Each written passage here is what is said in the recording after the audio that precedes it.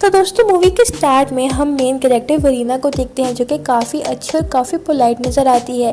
दोस्तों वरीना यहाँ पे काम किया करती है। उसका काम ये होता है वो ऐसे बच्चों का ख्याल रखती है जो कि ख़ुद को किसी वजह से बहुत ज़्यादा तन्हा महसूस करते हैं, किसी डिप्रेशन की वजह से उनका माइंड डिस्टर्ब रहता है या शायद किसी हादसे में अगर किसी ने अपनों को खो दिया हो। वो ऐसे बच्चों का काफ़ी अच्छे से ख्याल रखती है और उसने काफ़ी सारे केसेस को हैंडल भी किया होता है, मतलब काफ़ी सारे बच्चे उसने वापस ठीक भी किए होते हैं और उसको ऐसा करने में काफ़ी अच्छा महसूस होता है। अब यहाँ बात गौर करने वाली ये है कि वरीना को आखिर सब कुछ कैसे करना आता है, क्योंकि वरीना ने खुद की लाइफ में बहुत ज़्यादा स्ट्रगल्स देखी है। उसने अपनी लाइफ में बहुत ज़्यादा अकेलापन महसूस किया हुआ है, इसीलिए वो इस सब कामों में बहुत ज़्यादा माहिर हो चुकी होती है। अब वापस से वरीना को एक नया ऑर्डर मिलता है, मतलब एक नया केस उसके सामने आता है जहाँ पे हम इटली की एक बहुत ही रिच फैमिली को देखते हैं। अब इस फैमिली में बहुत ही थोड़े से लोग रहा करते थे, लेकिन कुछ टाइम पहले ये फैमिली बहुत हैप्पी थी। अब इस लड़की का नाम जैकब होता है जिसने कुछ ही टाइम पहले अपनी माँ को खोया होता है। इसके बाप का नाम क्लाउस होता है। जैकब की माँ काफ़ी मशहूर थी क्योंकि वो एक बहुत ही अच्छा पियानो बजाया करती थी, लेकिन अचानक से वो बहुत ज़्यादा बीमार हो जाती है जिससे उसका बेटा बहुत ज़्यादा डिस्टर्ब हो जाता है। और फिर जब उसकी माँ यहाँ से गुजर जाती है तो वो किसी से कोई बात नहीं करता। मरते टाइम उसकी माँ उससे वादा लेती है कि तुम किसी से कोई बात नहीं करोगे, तुम बिल्कुल खामोश रहोगे, जब मौका आएगा तब तुम ये बात करोगे। और वो भी ऐसा ही करता है। उसकी माँ को गुजरे आज 7 महीने हो चुके होते हैं, लेकिन उसने किसी से कभी एक लफ्ज़ भी नहीं कहा होता, ना वो कभी मुस्कुराया है। वो हमेशा चुप करके एक जगह पे बैठा रहता है, जो कि काफ़ी अजीब था। अब यहाँ पे वरीना से पहले और भी बहुत सारी लड़कियाँ यहाँ पे आ चुकी थी बच्चों का इलाज करने के लिए। और वरीना को भी यही लग रहा था कि बाकी बच्चों की तरह ये बच्चा भी अब ठीक हो जाएगा बहुत ही कम टाइम में, लेकिन इसको भी पता ही नहीं था कि यहाँ पे अब होने क्या वाला है। वो काफ़ी कोशिश करती है कि वो जैकब से बात कर सके, लेकिन वो देखती है कि वो तो एक सिंगल वर्ड भी नहीं बोल रहा, जिस पर उसको काफ़ी ज़्यादा मायूसी होती है। वरीना यहाँ पे नोट करती है कि डाइनिंग टेबल पे उसका बाप, मतलब कि जैकब का बाप जिसका नाम क्लाउस होता है, वो अपने बेटे से काफ़ी रूडली बिहेव कर रहा है। वो उसको अच्छे से डील नहीं कर रहा है, जो देखने में वरीना को काफ़ी दुख होता है, लेकिन वो वहाँ पे उसको बोलती कुछ भी नहीं, वो बिल्कुल खामोश रहती है। और दोबारा से वो जैकब से बात करने की कोशिश करती है, लेकिन फिर दोबारा से उसको मायूसी ही होती है क्योंकि वो कुछ भी नहीं बोलता। उसके बाद वरीना सारा कुछ इन्वेस्टिगेट करने के लिए एक रूम में जाती है जहाँ पे एक बूढ़ी अम्मा बैठी होती है। ये किसी टाइम पे जैकब की माँ की नर्स हुआ करती थी, जो कि उससे काफ़ी अच्छे तरीके से मिलती है और उसका हाथ भी चूमती है। जो सब कुछ देख के वरीना को काफ़ी अच्छा महसूस होता है और वो इससे काफ़ी इम्प्रेस होती है और वो इनकी फैमिली के बारे में उस नर्स से पूछती है और वो उनको सारा कुछ बताती है। वो कहती है कि जैकब की माँ काफ़ी खूबसूरत और काफ़ी अमीर हुआ करती थी।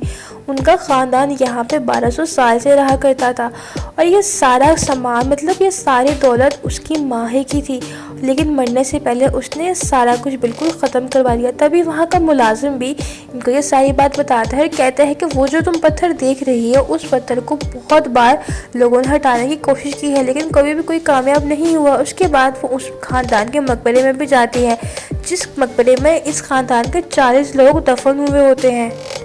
वो देखती है कि उन कब्रों को पत्थरों के साथ वहाँ पे लिखा गया है और उसके बाद वो उसकी माँ की भी कब्र को देखती है।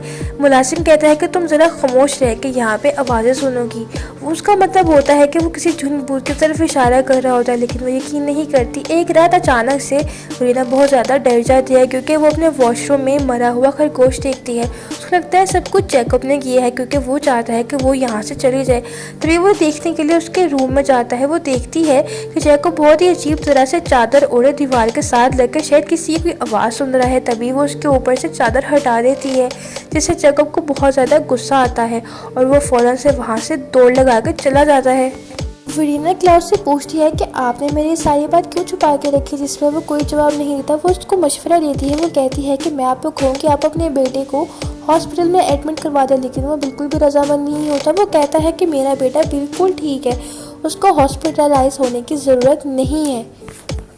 उसके बाद वरीना फैसला करती है कि वो इस पागल खाने से निकल जाएगी। मतलब वो सुकून करना चाहती थी, मतलब वो ये चाहती थी कि वो जैकब की दोबारा से कोई मदद कर सके, क्योंकि जैकब अब उसकी बात नहीं मान रहा होता। लेकिन वो किसी तरह से दोबारा से अपने आप को कन्विंस करती है इस लड़के के लिए।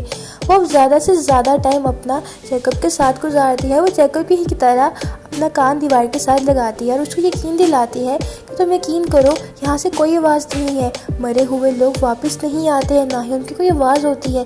लेकिन इन सारी बातों का, इन सारे बिहेवियर का उस बच्चे पे कोई असर नहीं होता और वो फिर भी जब भी रात को उसको आके देखती, वो वैसे ही चादर ओढ़े दीवार लगा के कान में सुन रहा होता है। तभी उनका मुलाजिम उसको एक अजीब तरह की बात बताता है। वो कहता है कि इसकी माँ में एक टैलेंट था पियानो बजाना, जो कि इस बेटे में भी है। उसको कहती है कि तुम पियानो बजाओ, लेकिन वो गुस्से से वहाँ से उठ के जाने लगता है और मतलब कि वो वीना की बात नहीं मानता और वो पियानो नहीं बजाता। उसके बाद वीना को यहाँ पे एक अजीब तरह की दीवार मिलती है, जहाँ से इसको पता लगता है कि यहाँ पे किसी टाइम पर एक जिंदा बिल्ली को इन्होंने दफना दिया था। इन लोगों का ये मानना था कि अगर हम जिंदा बिल्ली को दफना देंगे तो वो हमें ईवल मतलब शैतानों से महफूज रखेंगे। अब काफ़ी टाइम से वरीना इस फैमिली के साथ रह रही थी और इस फैमिली की अजीब सी हरकतें इनको भी पता अब लगने लग जाती हैं। अब उसको महसूस होता है कि रोज़ रात को जब लीलिया, जो कि जैकब की माँ की नर्स थी, उससे बात करती है और उसके बालों में कॉम्ब करती है, जिससे उसको नींद आने लग जाती है और वो मदहोश सी होने लग जाती है। अब एक दिन अचानक से वरीना का ड्रेस फट जाता है। तभी लीलिया जैकब की माँ का ड्रेस निकाल के दे देती है, जिसको जब क्लाउस देखता है तो उसको काफ़ी गुस्सा होता है। उसको अच्छा नहीं लगता कि उसके कोई भी इंसान उसकी वाइफ से रिसेंबल करे, तो कहता है तुम इसको फ़ौरन से उतार दो। लेकिन कुछ ही टाइम के बाद क्लाउस उसको मना कर देता है। वो नोट करता है कि इसकी बॉडी मेरी वाइफ से मिलती है। अब यहाँ पे क्लाउस की एक ख्वाहिश थी कि वो अपनी मरी हुई बीवी का किसी भी टाइम पे स्टैचू बनाए, क्योंकि वो मर चुकी थी, इसीलिए वो उसका स्टैचू नहीं बना पाता। लेकिन अब वो वरीना को कहता है कि तुम्हें मेरी मदद करना होगी, मतलब तुम्हें यहाँ पे विदाउट क्लॉथ बैठना होगा ताकि मैं तुम्हारा स्टैचू अपनी बीवी की याद में बना सकूँ। जिस पर उसको काफ़ी बुरा लगता है और वो मना कर देती है। लेकिन क्योंकि क्लाउस बहुत ज़्यादा उसको फोर्स करता है, इसीलिए उसको उसकी ये बात मानना होती है। हम देखते हैं कि वरीना को भी अब उन दीवारों से अजीब तरह की आवाज़ आने लग गई है। इसको पता लगता है कि शायद यहाँ पे मेलवीन की आत्मा कोई, मतलब यहाँ बॉडी को दफनाया हुआ, शायद इस वजह से इसको अब वहाँ से उसी लड़के की आवाज़ें आती हैं जो कि अभी इस दुनिया में है ही नहीं। और अब यहाँ पे वरीना को शायद क्लाउस से भी प्यार हो गया था और वो उसको इस बात का इजहार भी करती है। लेकिन यहाँ पर क्लाउस उसको गुस्सा होता है और कहता है कि तुम अब यहाँ नहीं रह सकती हो, तुम्हें अब यहाँ से जाना होगा, तुम अब जैकब का इलाज नहीं करोगी क्योंकि तुम भी अब उसकी तरह पागल हो गई हो। जिस पर उसको काफ़ी फोर्स करती है कि प्लीज़ तुम मुझे मत भेजो। उसके बाद जैकब के पास जाती है और उसको कहती है कि तुम्हें अब बोलना होगा क्योंकि मैं तुमसे बहुत प्यार करती हूँ, अगर तुम नहीं बोलोगे तो तुम्हारा फादर मुझे यहाँ से भेज देगा। लेकिन उस बच्चे पे इन बातों का कोई असर नहीं होता और वो बिल्कुल खामोश वहाँ से चला जाता है। जिसके बाद एक दिन वरीना को अपनी बॉडी में बहुत ज़्यादा वीकनेस फील होती है। वो अपने आप को बहुत ही थका हुआ पाती है, इसीलिए वो फैसला करती है कि वो यहाँ से चली जाएगी। वो फ़ौरन से अपना सामान बांधने लगती है और वहाँ से जाने की पूरी तैयारी करती है। जब वो जा रही होती है, रास्ते में क्लाउस आता है जो कि उसको रोकता है कि तुम अब यहाँ से नहीं जाओगी, जो कि उसको काफ़ी अजीब लगता है। उसके बाद वो लीलिया के बारे में बात करती है।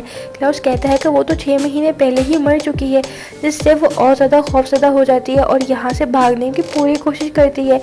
लेकिन वो इतनी ज़्यादा वीक हो चुकी होती है कि उससे ज़्यादा दूर तक भागा नहीं जाता।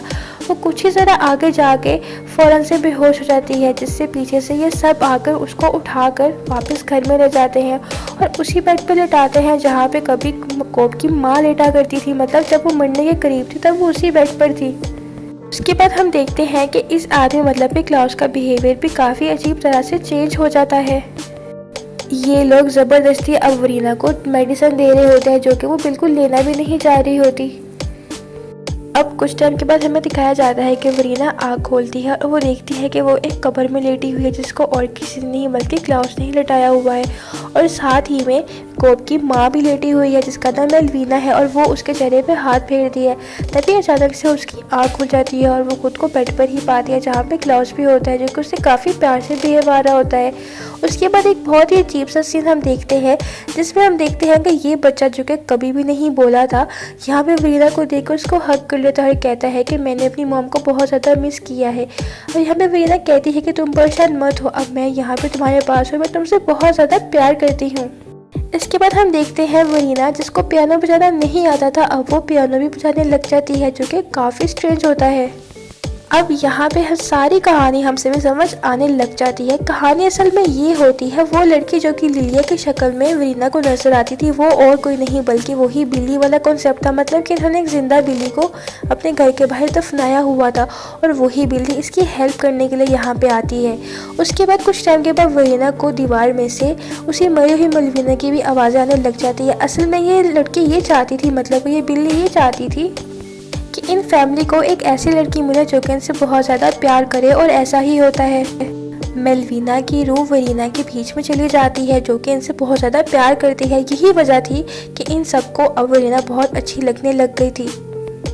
और अगर हम वरीना की बात करें तो वो तो वैसे ही पहले से बहुत ज़्यादा तन्हा रहा करती थी, और ऐसे इसको एक पूरी फैमिली मिल गई जिससे वो बहुत ज़्यादा हैप्पी रहने लग गई। यानी कि एक्चुअल में वरीना की अपनी रूह नहीं, वरीना के अंदर मेलविना की रूह आ गई थी। और मरते टाइम भी मेलविना ने अपने बेटे से यही कहा था कि तुम मेरे मरने के बाद किसी से कोई बात नहीं करोगे, एक ख़ास टाइम आएगा, मतलब एक लड़की आएगी जो कि तुम्हारी माँ जैसी होगी और तभी तुम बोलोगे। और वही ये टाइम था जहाँ पर वो लड़का अब बात करने लग जाता है। लेकिन यहाँ पे वरीना भी बहुत ज़्यादा हैप्पी होती है और इसी के साथ ये मूवी एंड हो जाती है।